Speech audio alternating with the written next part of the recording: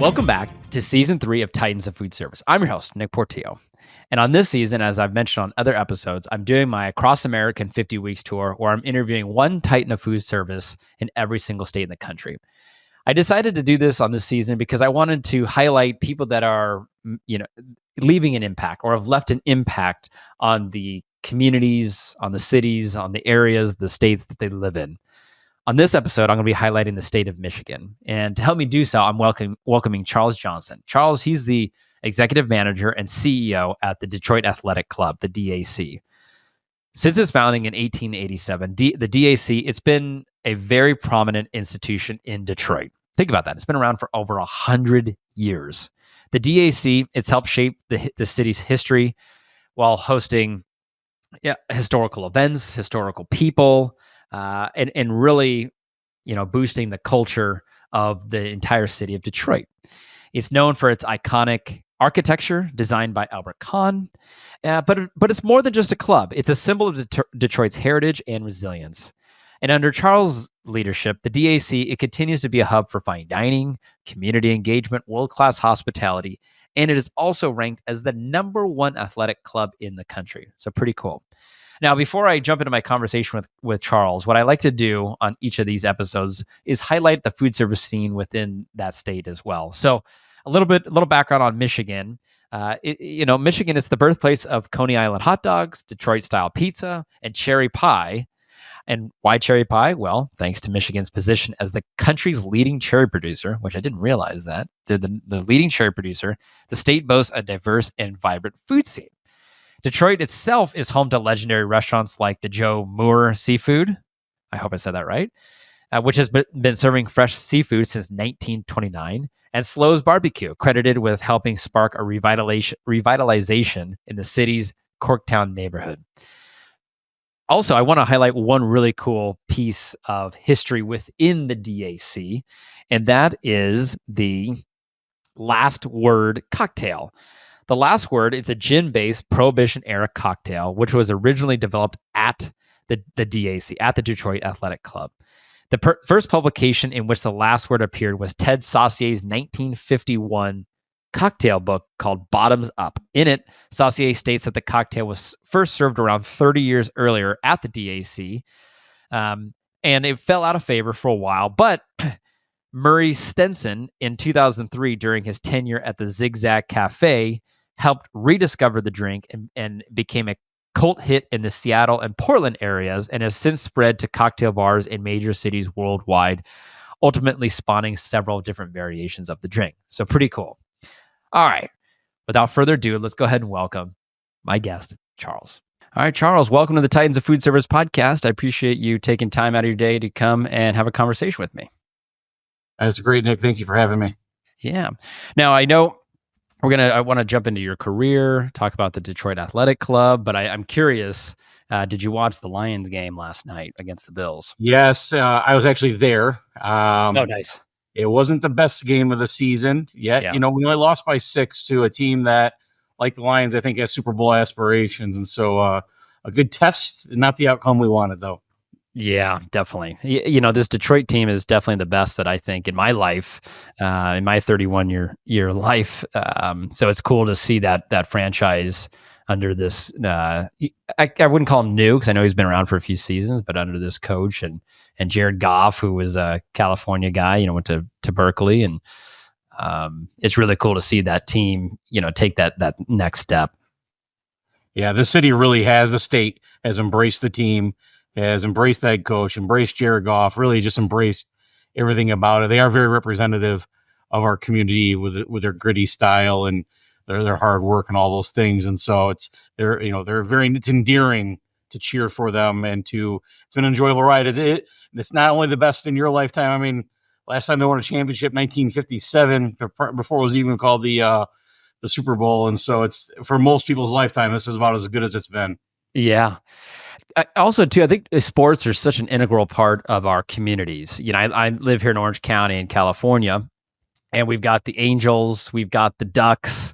Those are our two big local teams that are based in Anaheim. And, candidly, over the last decade, they haven't really been, on the world stage in terms of, being there in the playoffs and trying to get to a championship. It's been kind of can't even make the playoffs. And it's tough on the city, all of the businesses around there and the commerce and whatnot. And so I know it kind of comes and goes in waves, but I see in Detroit, you've got, obviously the Lions, even the Tigers making a run this last season with Scooble.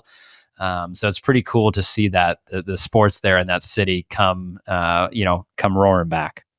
Yeah, you're absolutely right. And the excitement it brings in for all the businesses, the Detroit Athletic Club, we're only 500 feet door to door to the entrance of Ford Field. And we're less, 200 feet to the entrance of Comerica Park where the Tigers play. And so when they are good, it has a measured impact on business for us, for all the surrounding businesses, and just, I would say, mood. The wins and losses, the mood of the city sort of trends with these teams. And so when they're winning, when things are good, it's a great time to be in Detroit. Yeah, absolutely. Absolutely.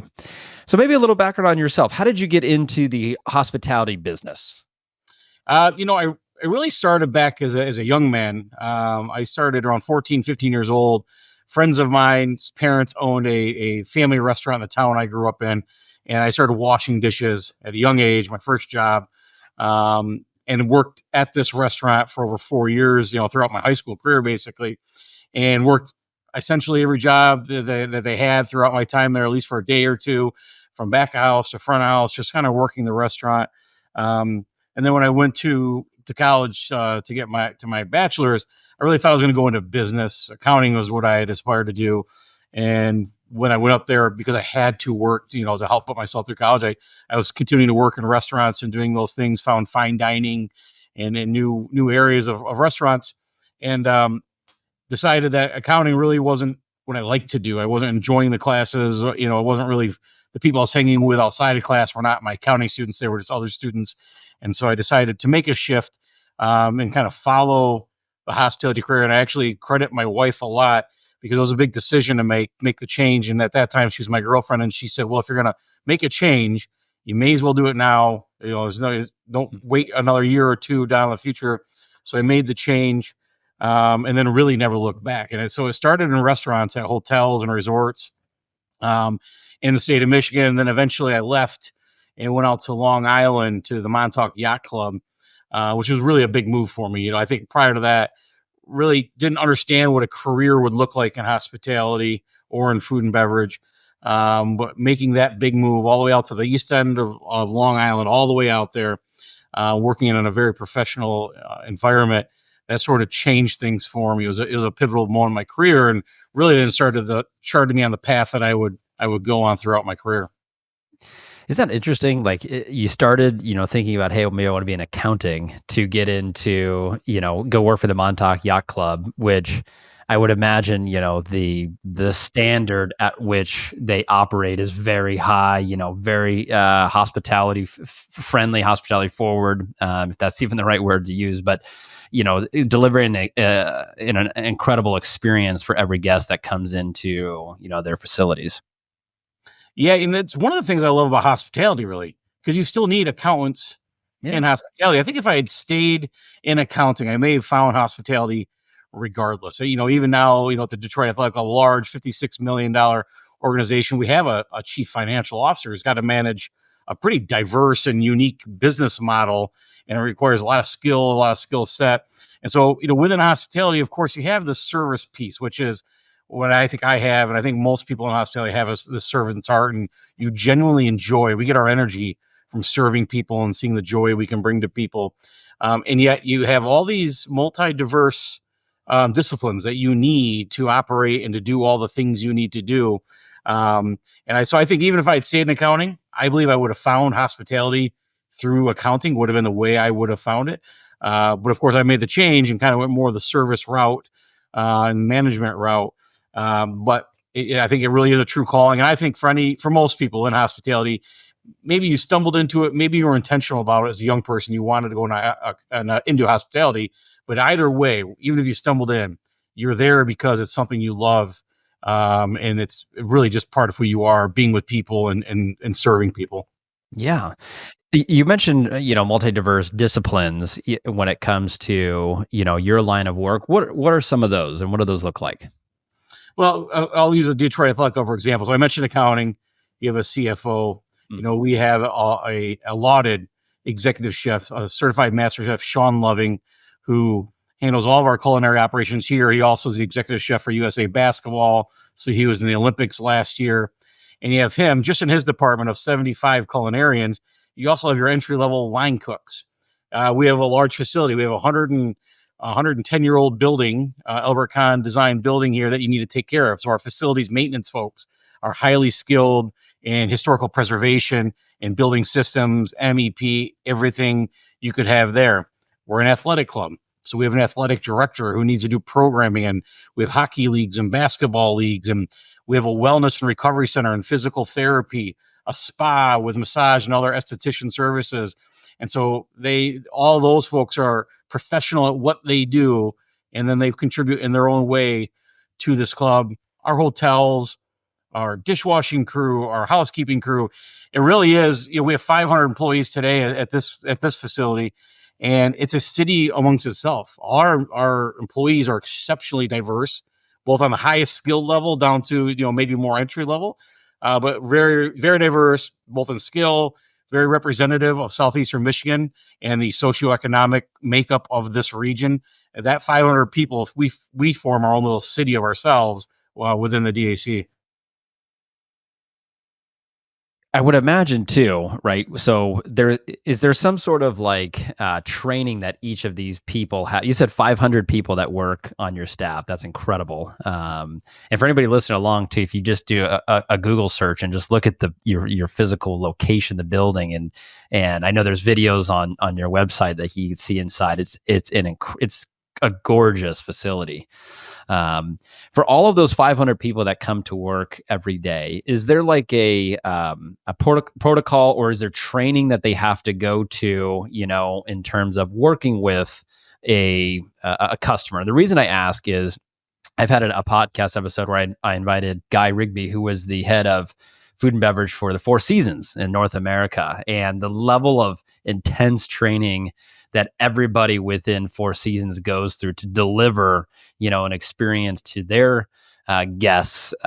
It's something that I've never even heard of before. But when you walk into a Four Seasons, in any one of their properties throughout the country or anywhere in the world, you feel like you feel that. Yeah, I mean it's a critical part of our success. What we have is our service quality management program is called consistent performance processes, or we call it CPP for short. And within that is a myriad. It's how we hire people, it's how we train people, it's how we operate, it's how we measure ourselves every single day. In 2010, the DAC actually won the Michigan Quality Award for the entire state of all types of industry for this program. And that award is based off Baldrige, and so it's a very intense award. And I don't know that at that time we were the only hospitality organization to ever be acknowledged by it. I think that may still be true today. And so we do a lot of training. Training is at the core of what we do, and we certify is what we call it. We certify people as professionals. We have 32 different training manuals for the various positions within the clubs and different things people may do. And the training is personalized, and yet there's a program that has to be accomplished. So the timing can take different times for each position or each person, but it's exceptionally critical to what we do and our level of success.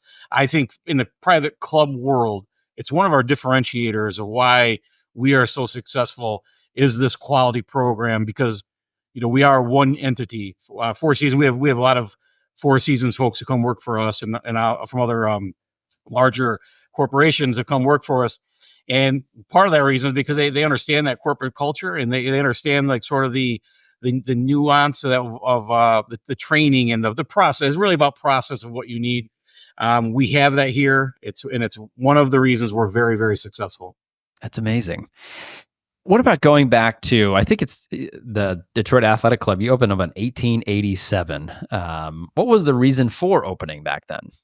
Yeah, 1887 and Detroit Athletic Club. It really was an athletic club. At that time, it was a group of young men. The amateur athletics were just sort of becoming a thing. They never really were a thing in the U.S. before that. And so it was a group of Detroiters who got together around amateur athletics, baseball, football, track and field. We had the high wheel bikes, the massive big wheel and the tiny back wheel. They had bike races. And so it started under that. Our ethos today is still that athletic sort of competitive spirit about us. In fact, the AAU, the national organization, it wasn't founded at the DAC, but it was a conglomerate of DAC members who kind of put it together. And the first championships were held at the DAC's original campus.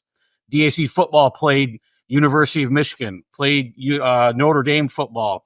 Our baseball team, the Deltas, would play, against some professional teams. People like Ty Cobb and others played for the Deltas on rehab assignments. And so, as athletics in general, professional and amateur at that time, were coming along, it was sort of things were happening fast, but that was the nature of us. And then in 1915, when you think of the automobile, what Henry Ford did for Detroit, and Detroit became the epicenter of business in the U.S. essentially. Then it kind of transformed. We moved clubhouses to our current clubhouse today on Madison Avenue, and it really became more of a business club, but it was still the Detroit Athletic Club. Athletics have always been, still to this day, are critical to what we do. But when that change happened, it also became very social and very business oriented in addition to the athletics. I can't even imagine what it was like back in the 50s, right? With the explosion of the American-made car, the Fords, and just the buzz around business in the city of Detroit. I'm sure it was probably a sight to see. Do you have like a museum on site where you hold and capture a lot of these memories from the past? We don't have a true museum. We would like to have one, but we do have some display cases. We have a full-time curator who handles all of our fine art and also our artifacts. And then we have a long-running publication since 1916. The DAC News is a monthly magazine. And so through that, we do a lot of history, a lot of research, and a lot of things. So we showcase a lot of artifacts. We communicate a lot to our members. And I foresee in the next 5 to 10 years, when space permits, we certainly have enough to fill a museum. And so it'd be nice to have that opportunity to share that with everybody. When it comes to the members of the club, are they? Have you had any like historical figures that have been members of the club or who have come through over the last 100 years? Yeah, particularly in the political realm, most dignitaries in some way, shape, or form have been here, even in current times. They find their way here. Politicians in the federal government, particularly, but also obviously state and local. They're here quite frequently. Athletes come and go. We don't really necessarily have a lot of current athletes who are members. They have their own training facilities, and for them, that's a business. They're professional athletes. They're doing their thing. But a lot of times, once they've sort of retired and they're in this area, then they become members. They spend a lot of time around here. Back in the heyday that you mentioned, the 40s and 50s, you would see the speakers, entertainers that would come in here. Harry Houdini was here. Pavarotti was here. All of the big entertainers of the day, particularly in the golden era of the city of Detroit, the 20s through the 50s. That era had a lot. Still to this day, it's not unusual to come in and see known names and things like that. That's one of the benefits of a private club, is it is a place they can come. And it's not that people don't want to see them, but it's a much more cordial environment. They are a little bit more, their privacy is protected here a little bit more. And so members sort of acknowledge that and let them, when they're here, be comfortable and do whatever business it is they're here to do. Yeah, that makes sense. To become a member, is there like a wait list, or is there a process to become a member, or can anybody just sign up?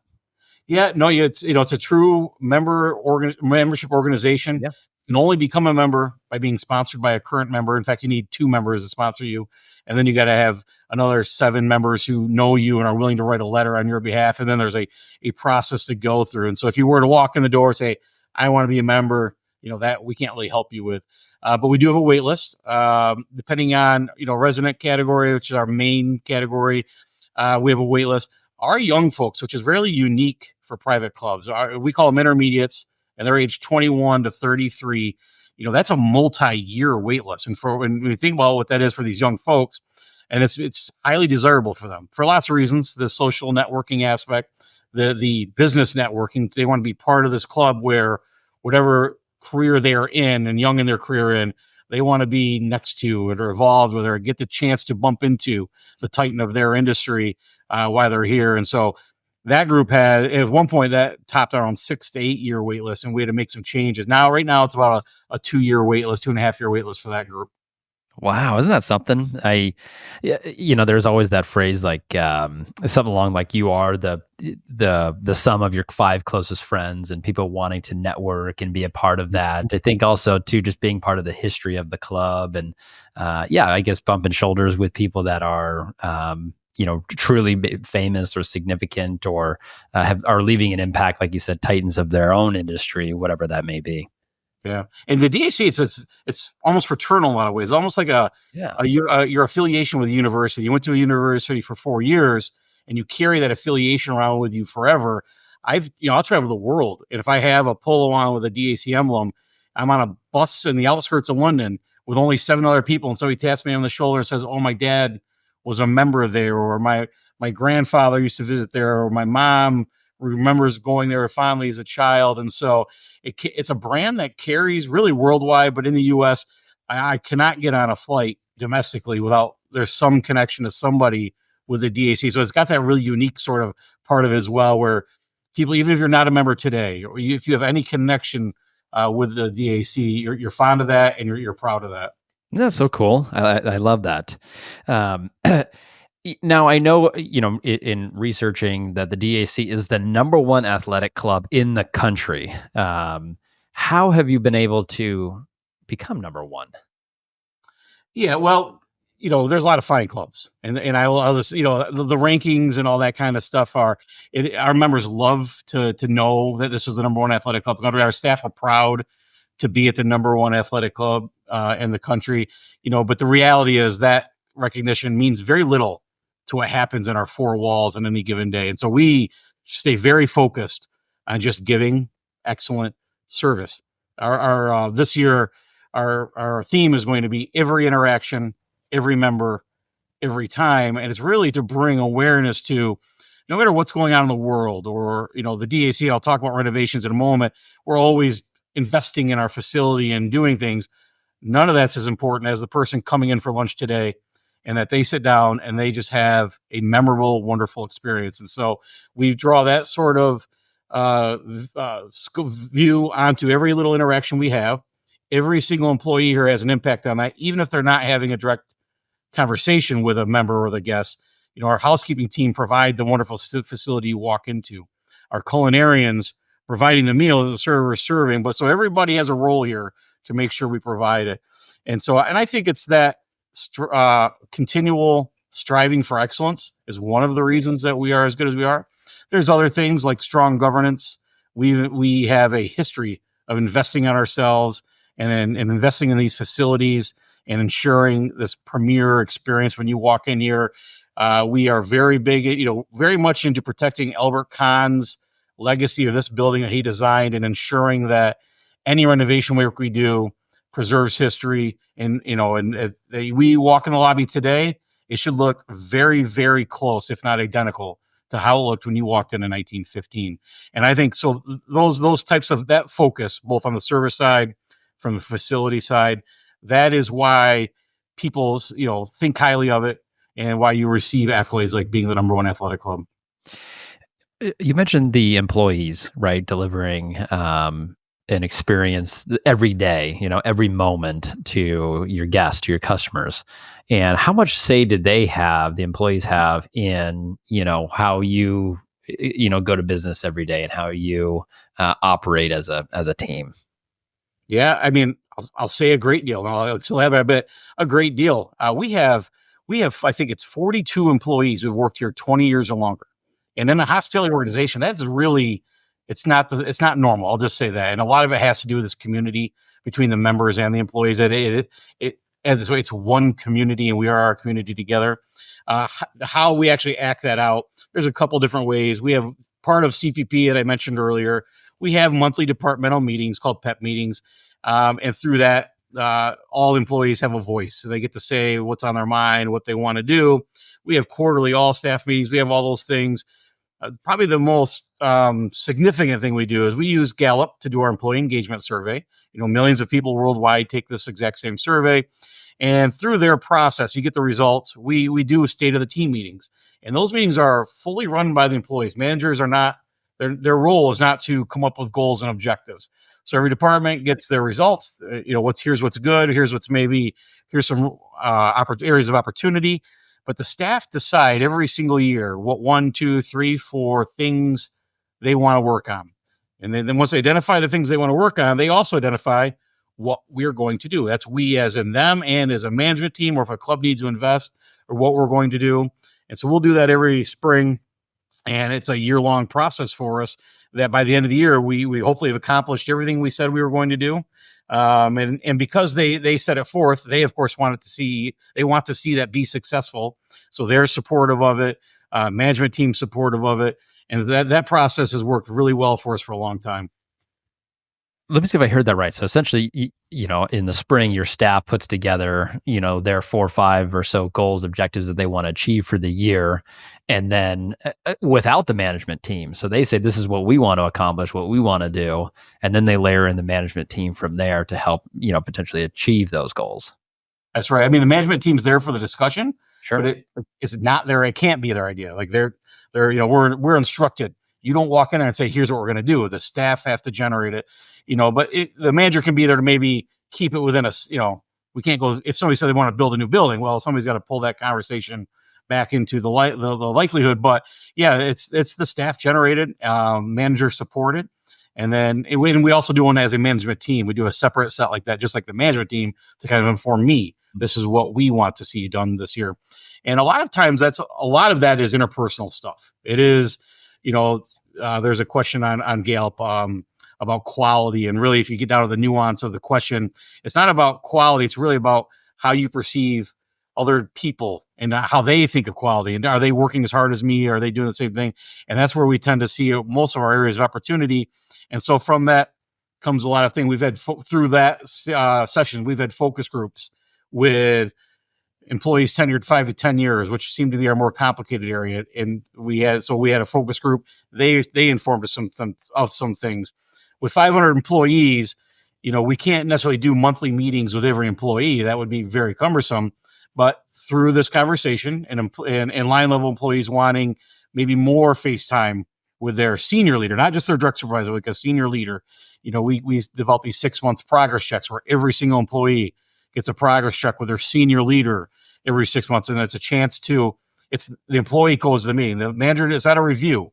The manager didn't say, here's what you're doing well, here's what you need to improve upon. The employee gets to walk in, say, here's what's going well, here's what needs to improve. And it's for the manager to listen and take that in.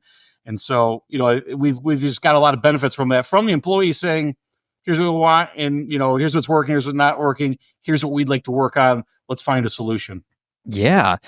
Another guest I had on recently his name was Ralph Bauer, and he's the CEO of The Melt, which is a chain of restaurants out here in the West. And his big pie in the sky vision was, I want to build an I love it here experience. So essentially for every customer that walks through any one of the doors at any one of his locations, that they say, I love it here. And so in doing so, he really puts it on his team and on his staff to, say, what do you hope to change? And what do you hope not to change? And he says in giving my staff that leeway to think about the business that way, that in years past, they've added on a pink lemonade, which became their number one seller. They gave out free meals to frontline, responders during COVID, and their business, like it went down to the negative because they're just handing out free food at the time, but it just exploded their sales, within the year. So it's really cool to see you kind of maybe have a similar type approach where I think a lot of times you kind of have, the C-suite makes the decisions, and then it goes down to the presidents and the directors, and it kind of gets down to everybody else. And are you really getting buy-in? You're working with the staff to get their buy-in and say, because they're on the ground floor every day figuring out, working with the guests, and is this the right experience that or not?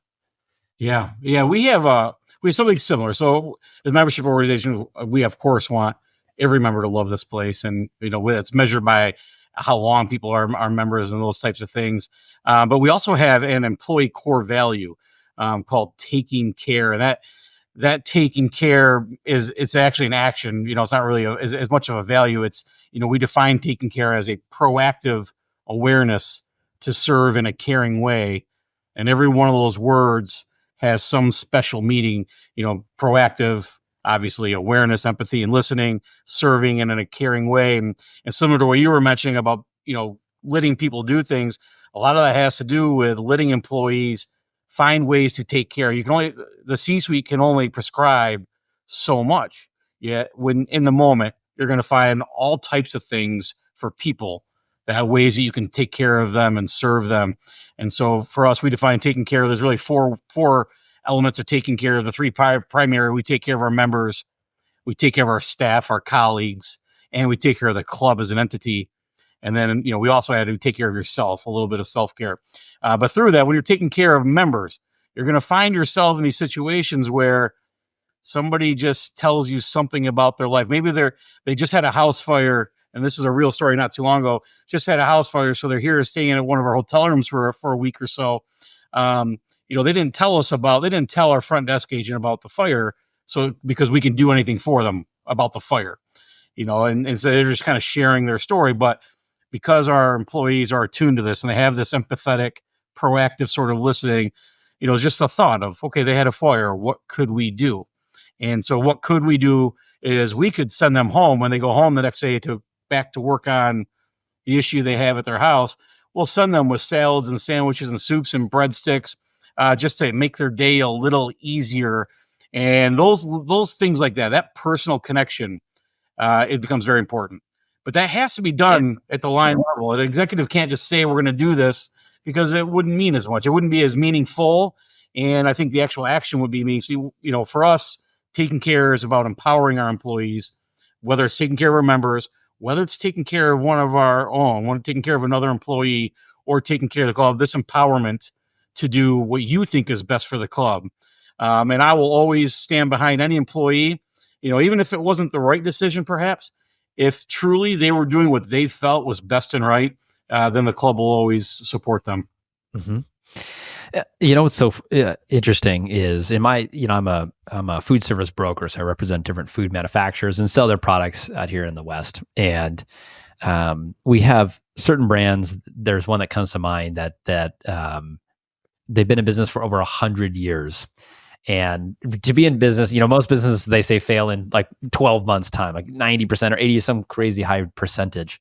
But for those like the DAC that make it over 100 years, like your dedication to the guest or the customer or the client, whatever it may be, whatever type of business, is always seems to be at the forefront. And go figure that you've been around since literally 1800s. That's something definitely, that's something to say. Yeah, I agree. Thank you for that. Oftentimes I'll be asked, as CEO, sort of my view on my role or the club. And really, it is to ensure this institution is so important. It has been around for 137 years. I'm a steward. I got to make sure this thing continues to be relevant, continues to be meaningful in this community for the next 100 years. And so, that's a responsibility that you carry and you take. And I think that I have that responsibility. I think many of our staff have that responsibility. We see it as we're stewards, and it's a responsibility of ours to be meaningful about the way we do things, and we want the last great meal ever to be served here at the DAC. If that ever goes, if fine dining finally goes away, the last good meal we want to be done here. And so we just take that. We take our place in the community extraordinarily important. We take our place in food service and hospitality incredibly important, and see it as just a responsibility of ours to make sure that we shepherd that through to the next generation. Sure. Amazing. Charles, thank you for taking time to come and share your story and talk about the DAC. And hopefully next time I'm in Michigan, maybe I can stop in and say hello to you. Oh, we'd love to have you. That'd be great. Thanks for having me here. The DAC is a special place. Anytime I can talk about that, happy to do so on behalf of all of our 5,000 members, our 500 employees. Thank you. And since we started this way, I'll finish with a Go Lions. I love it. Thank you, Charles. All right. Thank you, Nick. Have a great day. You too.